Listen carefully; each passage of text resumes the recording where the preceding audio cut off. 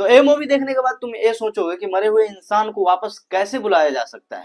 हाँ, इस मूवी में ऐसे ही होता है, जो इंसान मर चुका है लेकिन उसकी आत्मा को वापस बुलाने के लिए पूरे परिवार मिलके सुसाइड करने पे तुल जाता है।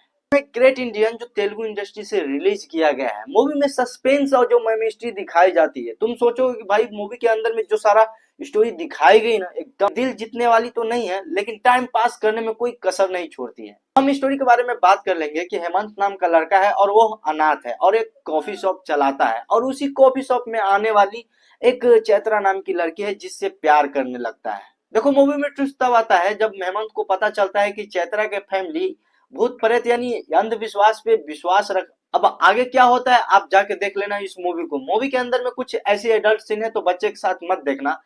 अगर आपको देखना है तो आहा टीवी, नेटफ्लिक्स, प्राइम वीडियो किसी पे जाके आप देख सकते हो हिंदी डब वर्जन में। तब तक के लिए सब्सक्राइब कर देना। मिलते हैं किसी और वीडियो में। जय हिंद।